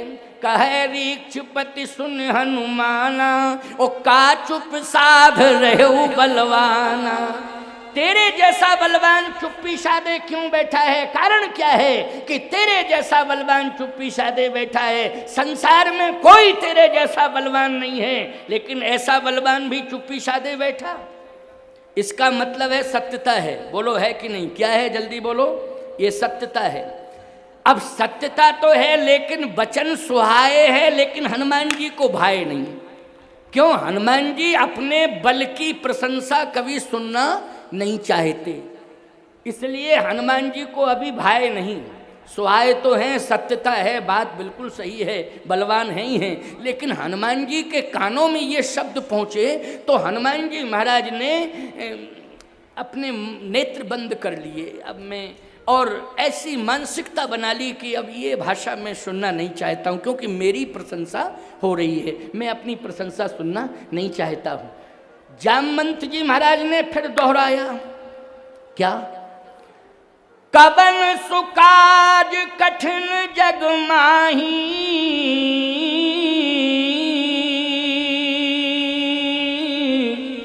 और जो नहीं होए तात तुम पाए। वास्तव में ये भी सत्य है कि तुम्हारे से ऐसा कौन सा कार्य है जो तुमसे नहीं हो सकता है। सारे कार्य तुम कर सकते हो, तुम्हारे अंदर क्षमता है, ताकत है, सारे कार्य कर सकते हो। ये कार्य करने की प्रबल क्षमता तुम्हारे अंदर है, ये स्वाय इसमें सत्यता है। लेकिन हनुमान जी को भाए नहीं। क्यों नहीं भाए? इसलिए इसमें भी प्रशंसा है कि मेरे समान कोई नहीं है, मैं सारे कार्य कर लूँगा। हनुमान जी को ये भाए नहीं है। लेकिन भाए कौन सी चौपाई है जो भाए हैं? जामवंत जी के शब्द। अब आगे आइए, जामवंत जी सोच रहे हैं कि मैं बोलता जा रहा हूँ और ये कुछ प्रतिक्रिया नहीं कर रहे हैं, आखिर गड़बड़ कहाँ है? जैसे मान लीजिए फॉल्ट कहीं होता है, तो फॉल्ट होता है तो पूरी लाइट प्रभावित होती है। बोलो होती है कि नहीं होती है? अब आप कहो इतना बढ़िया पावर हाउस पास में है और इतना बढ़िया हमारा कनेक्शन फर्स्ट क्लास का है कि लाइट जानी नहीं चाहिए, लेकिन ये लाइट बार बार क्यों जा रही है? तो इलेक्ट्रिशियन कहता है फॉल्ट है कहीं, हमें समझना पड़ेगा। इसलिए लाइट होते हुए भी करंट सप्लाई नहीं हो रहा है, इसमें कहीं ना कहीं फॉल्ट है। तो करंट सप्लाई क्यों नहीं हो रहा है? जामवंत जी बोले निश्चित रूप से कहीं फॉल्ट है, हमें फॉल्ट ठीक करना चाहिए। बूढ़े जामवंत जी समझ गया, फॉल्ट पकड़ में आ गया। क्या? हनुमान जी अपनी प्रशंसा सुनने के आदी नहीं हैं। हनुमान जी को अगर प्रसन्न करना है तो राम जी की प्रशंसा करो। देखो भाई, तुरंत समझ में बात आ गई कि नहीं जामवंत जी की? राम जी की प्रशंसा करो तो तुरंत प्रतिक्रिया करेंगे, क्योंकि राम जी की प्रशंसा सुनने के आदी हैं, अपनी प्रशंसा सुनने के आदी नहीं हैं। उसी समय जामवंत जी ने फॉल्ट देख लिया और ठीक कर लिया फॉल्ट को। तो जैसे ही फॉल्ट ठीक हुआ तुरंत प्रतिक्रिया होने लगी। कवन सुकाज कठिन जग माही, और जो नहीं हो ये तात तुम पाही। ये फॉल्ट था, लेकिन फॉल्ट ठीक हुआ अगली चौपाई में। कैसे हुआ? बोले राम काज लग, यहाँ फॉल्ट ठीक हो रहा है। राम काज लग तुम्हें अवतारा, तो फॉल्ट ठीक हो गया। सुनते हैं भयऊ पर्वताकार, सुनते ही हनुमान जी पर्वताकार शरीर बना लिए कि राम काज के लिए मेरा अवतार हुआ है। अब हनुमान तुझे चुप्पी साध के नहीं बैठना है, राम काज में उत्साह होना चाहिए, इसलिए सुनते हैं भयऊ पर्वताकारा। बोलो, इसको कहते हैं भाई। इसको क्या कहते हैं? भाई। ये वचन हनुमान जी को अच्छे लगे, इसलिए सुनते हैं भयऊ पर्वताकारा। तो सुंदर कांड कहता है कि हमें अपने जीवन में अपनी प्रशंसा सुनने का आदी नहीं होना चाहिए। फिर प्रशंसा किसकी होना चाहिए? पहली बात तो ये है कि जो इस धरित्री का स्वामी है, और केवल धरित्री का ही स्वामी नहीं है, पूरे ब्रह्मांड का स्वामी है। बोलो भाई, ब्रह्मांड का स्वामी हैं, जो पूरे ब्रह्मांड का स्वामी हैं। ब्रह्मांड जिसके हाथों में है, हमें सबसे पहले तो उसकी प्रशंसा सुननी चाहिए। दूसरी बात, हमें अपने कुल खानदान की प्रशंसा सुननी चाहिए, हमें अपने राष्ट्र की प्रशंसा सुननी चाहिए, और हमें अपने राष्ट्र में जिस धर्म में हम पैदा हुए हैं, सनातन धर्म की प्रशंसा सुननी चाहिए। ये प्रशंसा सुनने का तरीका है। जब हमारे धर्म की प्रशंसा होगी, हमारे कुल खानदान की प्रशंसा होगी, तो ईमानदारी के साथ बताओ, हमारा धर्म हमें हर कदम पर साथ देकर सफलता तक पहुंचाएगा कि नहीं पहुंचाएगा? ये धर्म का कार्य होगा। बुजुर्गों की प्रशंसा होगी, उनका आशीर्वाद हमें सफलता के स्थान पर पहुंचाएगा। इसलिए प्रशंसा हमें सुननी तो है, लेकिन किसकी सुननी है? अपने से बड़े हमारे बुजुर्ग हैं, उनकी प्रशंसा हो। और हमें ऐसा कार्य करना चाहिए कि उनकी प्रशंसा अपने आप होने लगे कि धन्य है उस बेटे के माँ बाप, धन्य है वो खानदान, धन्य है वो नगर, धन्य है वो जिला, धन्य है वो प्रदेश, और धन्य है वो देश जिन्होंने ऐसे पुत्रों को जन्म दिया है जो अच्छा कार्य कर रहे हैं अपने हाथ से, धन्य है उनके ते पितुमात धन्य जिन जाए, धन्य सो नगर जहाँ ते आए। भगवान राम की प्रशंसा सब जगह हुई कि नहीं हुई? जहाँ जहाँ गए ते पितुमात धन्य है इनके माता पिता जिन्होंने इनको जन्म दिया है। तो हनुमान जी महाराज जो है अपने प्रभु की प्रशंसा। अच्छा, प्रभु कौन है? पिता की भूमिका में हनुमान जी के राम जी हैं पिता, और माता कौन है हनुमान जी की? जानकी मैया। बोलो, है अंजना माता ने जन्म तो दिया है, हम इस बात को मानते हैं कि अंजना माता ने जन्म दिया है, लेकिन अंजना माता ने तो प्रभु की शरण में सौंप दिया है ना। और जब प्रभु की शरण में सौंपा है तो बोलो हनुमान जी महाराज ने माता पिता के रूप में किसे माना है? स्वयं प्रभु श्री सीताराम जी को माना है। इसलिए प्रभु श्री सीताराम जी के लाडले प्यारे दुलारे हनुमान जी महाराज हैं। इसलिए आज हनुमान जी महाराज अपने प्रभु की प्रशंसा सुनना चाहते हैं। और राम काज लगतो अवतारा, सुनते हैं भयो पर्वता कारा। राम काज के लिए कहा, प्रभु के कार्य के लिए तो पर्वताकार शरीर बना लिया। इसलिए मैं कहना चाहता हूँ कि आज हम सबको ये संकल्प लेना है सुंदरकांड से, हम ऐसा कार्य करें कि हमारे माता पिता की प्रशंसा हो, हमारे कुल खानदान की प्रशंसा हो। जिस देश में हम पैदा हुए ऐसा काम करें पूरी दुनिया में हमारी प्रशंसा हो।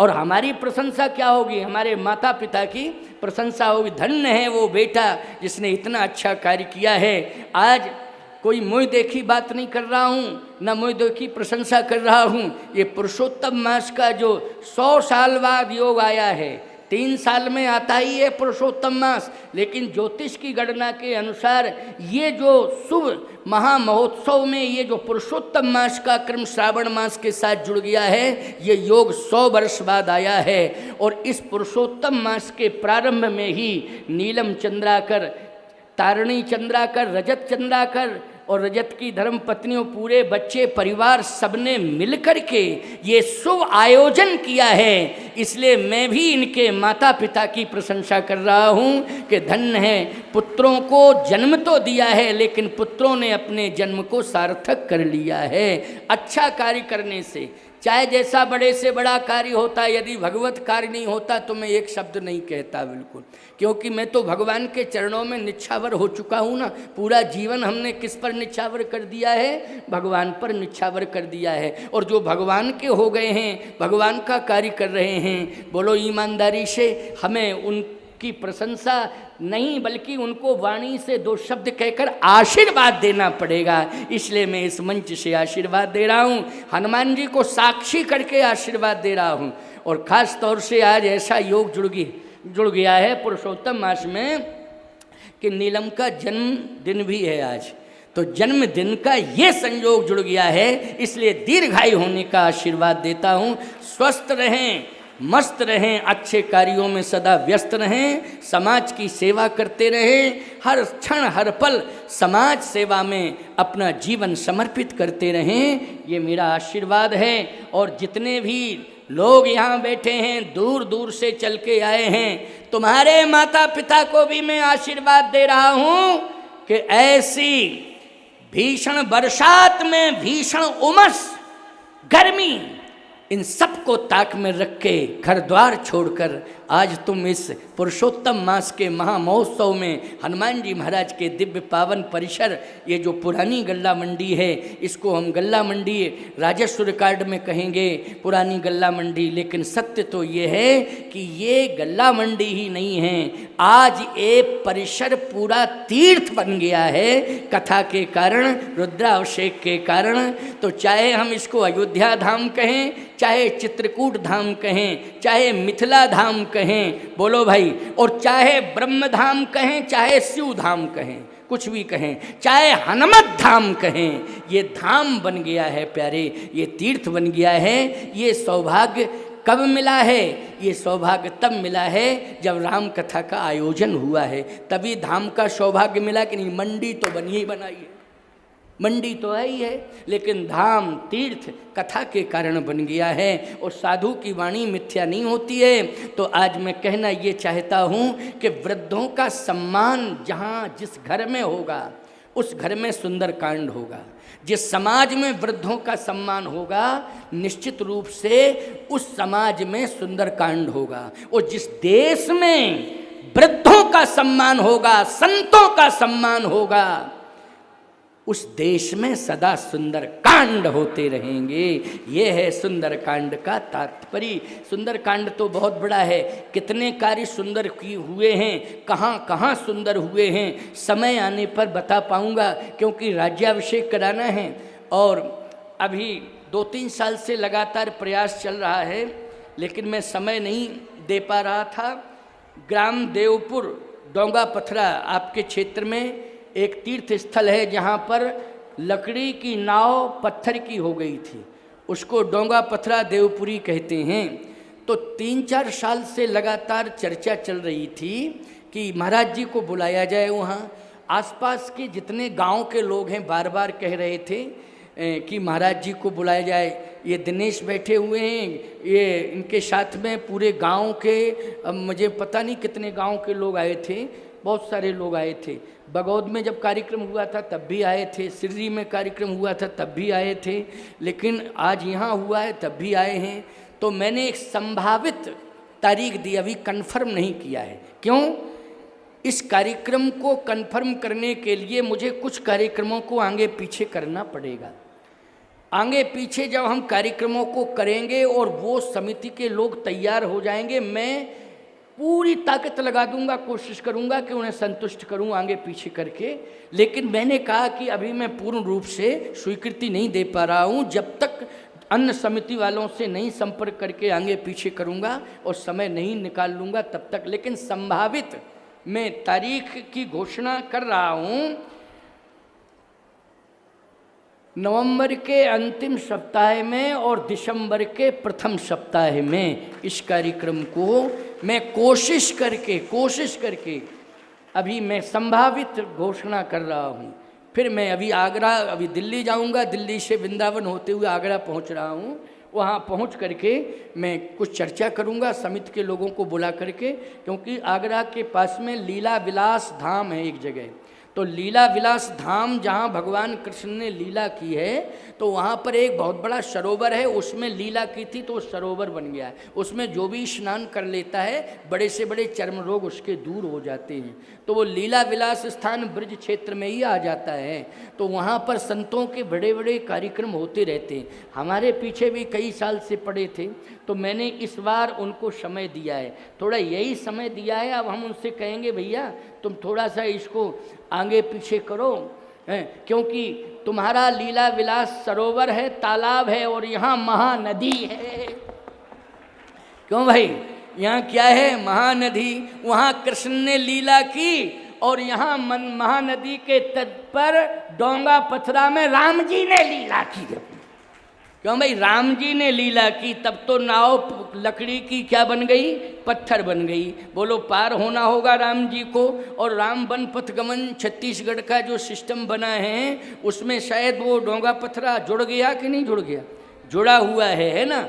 इसलिए राम जी का, तो राम जी की लीला यहाँ हुई है महानदी के तट पर, वहाँ भगवान कृष्ण की लीला हुई है। इसलिए थोड़ा सा हम समझा करके कुछ सिस्टम बना कर कोशिश करेंगे। लेकिन जब पूर्ण रूपेण तारीख मिल जाएगी तो आप सबको सूचना मिल जाएगी। इस बात के लिए मैंने संकेत दिया है। और अभी हमारे रामेश्वर जी सिन्हा कह रहे थे, देखो मैं सन 2004 में आया था पहले, कहाँ? 2003 में। ये शेखर तो मेरी सेवा में आज भी जहाँ जहाँ गया हूँ ये मेरी सेवा में रहता है, गाय का दूध उपलब्ध कराता है। तो 2003 में आया था। वो कौन सा स्थान था जहाँ कार्यक्रम हुआ था? कुरुद में। क्यों भाई? स्टेडियम था, इंडोर स्टेडियम में हुआ था कार्यक्रम। उस कार्यक्रम में व्यवस्थाएं आप सबने की थी और मुझे यहाँ लाने में सबसे बड़ी भूमिका रही सुप्रताप ठाकुर की, क्योंकि वो मुझसे परिचित थे।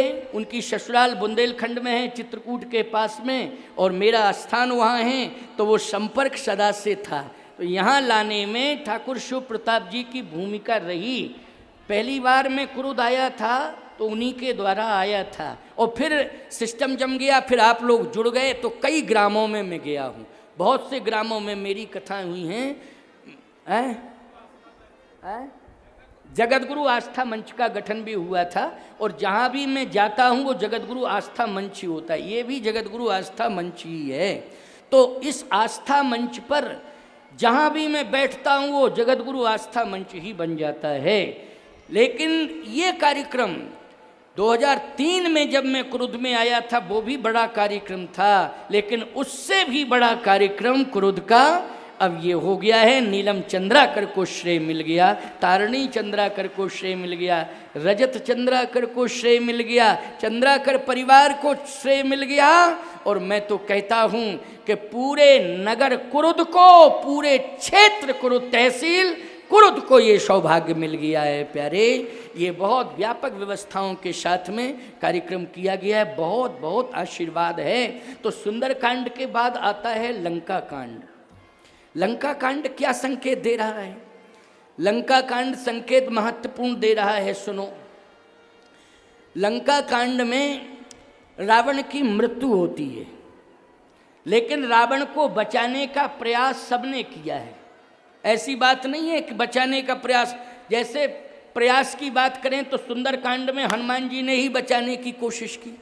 सुंदरकांड में हनुमान जी ने हाथ जोड़ के समझाया रावण को, हाथ जोड़ के। अब बोलो बचाने की कोशिश की जा रही कि नहीं? विनती करहु, सुंदरकांड, विनती करहु जोर कर रावण,